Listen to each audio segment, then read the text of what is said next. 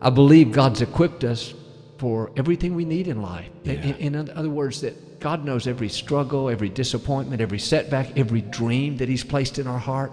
Now, everything told me I could never do this, but I discovered it was in me. And so that's kind of what the book is about. It's about, you know what, you're more talented than you think. You're stronger than you think. You're more favored than you think. You're probably more attractive than you think. And you talk about it a lot, but you get your mind and your thoughts going in the right direction. It's amazing what can come out of it. Because I think sometimes we're waiting, well, as soon as I get, lose this weight, I'll do it. As soon as I get more finances, as soon as I get better connections. But when you know it's the right time, you need to do it now. And maybe it's time for all of us to be preparing for that. Yes. That step as well. I do both. I start the morning off. I try to start the morning off. It's not every morning, but that I will pray out loud. Just this loud. I don't pray super loud, but Right. but during the day, a lot of times I'll just talk to God in my thoughts.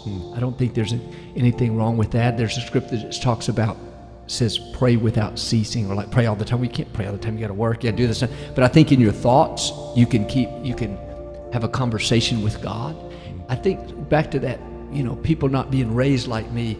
Prayer is just talking to God like you talk to a friend. And I think sometimes I have a lot of the people in our church back home in Houston, half of them came out of a Catholic background or are still Catholic. And there's a lot of, formalities there. And I think, and sometimes even the way some people raised, it's, holy God. And it's in language that we don't talk into that. Right. But I think you talk to God like you talk to your friend. You know what? Before I walked in here, Lord, give me the words to speak today. Help me. Before I work out, Lord, help me get a good workout. Give me a safe trip home tomorrow. I'm just talking to God in my thoughts.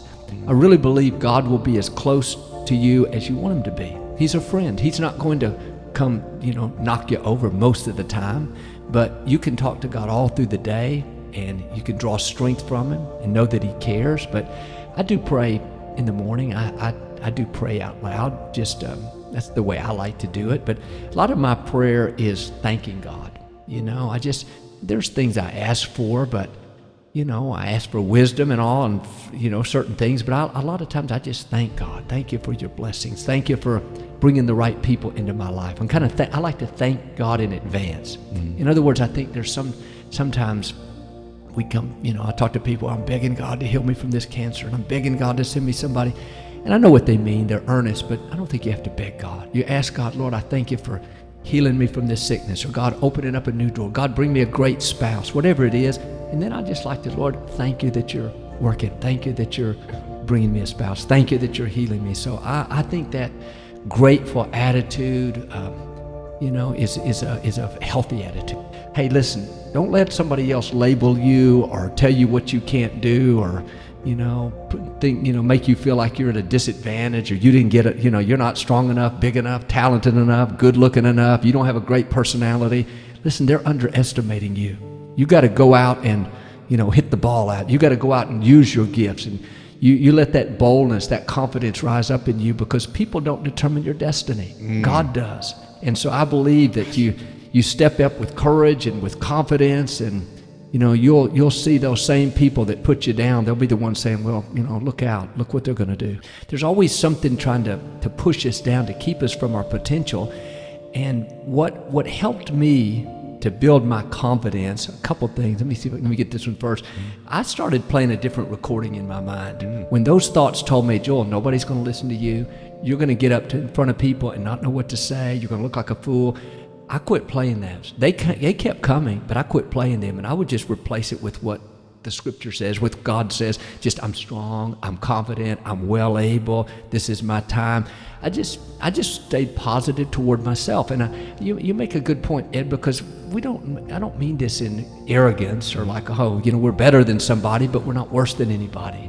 And I think you have to have a right, I don't think you'll rise any higher than the way you see yourself. And I think so many people see themselves limited, and the way I saw myself is, I can't do what my dad did. I don't have that authority to get up in front of people, and I'm too quiet, I'm too shy. I'm like the coach, I'm too small. But you know what? You got to tune all that out. So I think a big part for me was letting the right recording play in my mind, just changing those thoughts. And I would talk to myself, Ed. Maybe not always out loud, but there were times, especially early on a Saturday night when I didn't want to get up on Sunday morning and speak in front of people because those thoughts were fear was trying to hold me back, I would look in the mirror and just say, Joel, you are strong. You are well able. You've been raised up for such a time as this. I would talk myself into it. You did. That the older I get, the more I realize that, man, each day is a gift from God. We got to make the most of this day. And some of the things that I would have worried about 20, 30 years ago, man, I don't have time for that now. Yes. You got to make the most of each day. And I think that's why Ed and I are probably closer to the same age. We're trying to encourage somebody that's younger than us. There's a lot of things in life that you can't control. You're going to look back. I mean, when we were trying to get our big building, the Compact Center, Ed, that was 15, 20 years ago.